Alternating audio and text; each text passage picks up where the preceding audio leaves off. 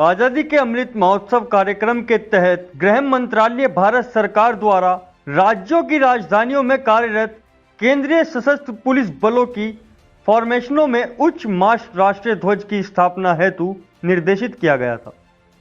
Flag foundation of India के सहयोग से भारत तिब्बत सीमा पुलिस अकादमी के विशालकाय राष्ट्रीय ध्वज फहराया गया। इस कार्यक्रम के मुख्य अतिथि श्री नीलाम किशोर, भारतीय पुलिस सेवा महानिर्देशक, उत्तरी सीमांत मुख्यालय देहरादून ने उच्च मार्च राष्ट्रीय ध्वज का उद्घाटन एवं ध्वजारोहण किया। मुख्य अतिथि ने पत्रकारों से बातचीत में कहा कि आजादी के अमृत महोत्सव के पावन पर्व पर भारत तिब्बत सीमा पुलिस अकादमी को उच्च मार्च राष्ट्रीय ध्वज के ध्वजारोहण का सौभाग्य प्राप्त हुआ है। राष्ट्रीय ध्वज हमारी एकता और अखंडता का परिचायक है। अपना आज़ादी का वर्षगांठ मना रहे हैं, जिसमें अमृत महोत्सव के तौर पे ये जाना जाएगा। इसमें आईटीबीपी जो है वो सीमावर्ती जितने भी एरिया हैं उसमें हम झंडे के महत्व को लेके जा रहे हैं। उसी क्रम में यह झंडा, जो विशाल झंडा जो हम लोगों ने एकेडमी में फहराया है, ये यहाँ के हमारे प्रशिक्षुओं को, हमारे ऑफिसर्स को और शहर के लोगों को और यहाँ विजिट करने वाले जितने भी टूरिस्ट होंगे उन सबको प्रेरणा देगा और देशभक्ति के प्रति उनको जागृत करेगा। साथ में हम आईटीबीपी जो है इस बार हम लोग लाखों झंडे जो है गांव-गांव में जो बिल्कुल बॉर्डर पे स्थित गांव हैं उनके घरों में लेके जा रहे हैं।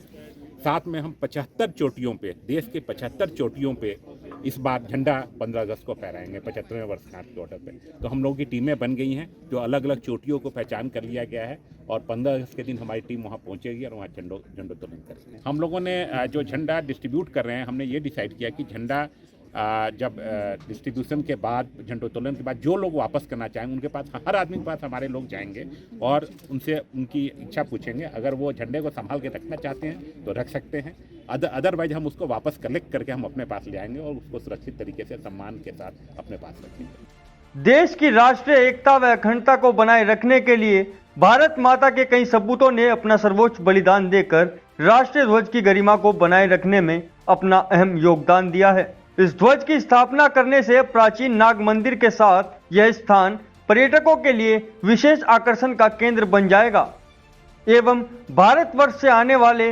पर्यटकों को भारत सीमा पर तिब्बत पुलिस बल व राष्ट्रीय ध्वज के बारे में जानने का मौका मिलेगा, जिससे उनमें देशभक्ति की भावना का संचार होगा। अतिरिक्त इसका मुख्य फायदा क्षेत्रीय नागरिकों के आय एवं विकास के लिए भी होगा। इस अवसर पर फ्लैग फाउंडेशन ऑफ इंडिया के सीईओ असीम कोहली ने बताया कि देश में हर जगह राष्ट्रीय ध्वज फहराया जाए, इसके लिए फ्लैग फाउंडेशन ऑफ इंडिया की ओर से लगातार कार्य किया जा रहा है। उन्होंने कहा कि राष्ट्रीय ध्वज देश प्रेम का प्रतीक है और हमें इसे अपने घरों, कार्यालयों और प्रतिष्ठानों में लगाना चाहिए ताकि देशभक्ति का जज्बा प्रत्येक नागरिक के दिल में पैदा हो सके।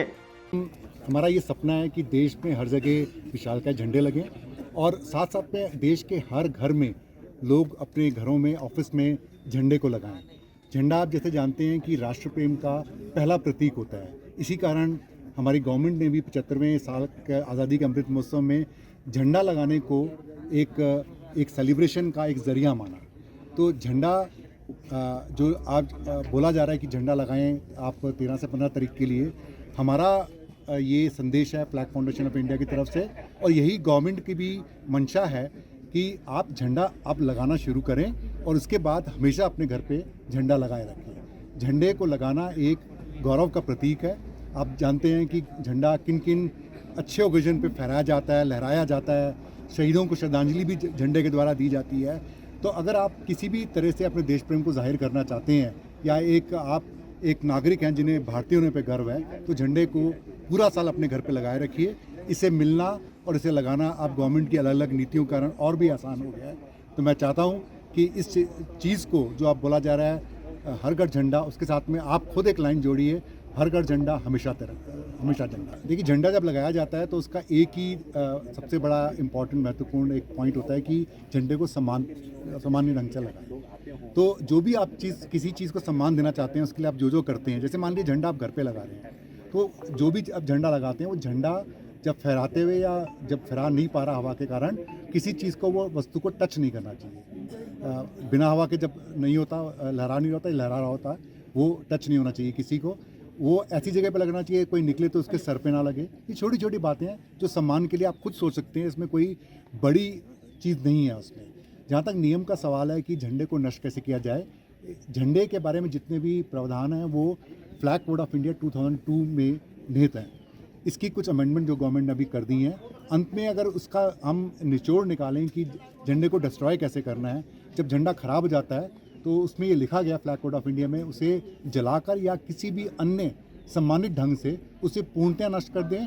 दो बातें ध्यान रखिए इसको, पहली बात तो इस चीज़ को एकांत में करें, पब्लिक इकट्ठा करके काम नहीं करना, और दूसरा इसका कोई ऐसा वीडियो या कुछ पिक्चर पोस्ट ना करें जिसकी कोई लोग गलत मीनिंग निकाल के गलत तरीके से उसका इस्तेमाल कर सके। तो एकांत में और सम्मान के साथ उसे पूर्णतः नष्ट कर दें।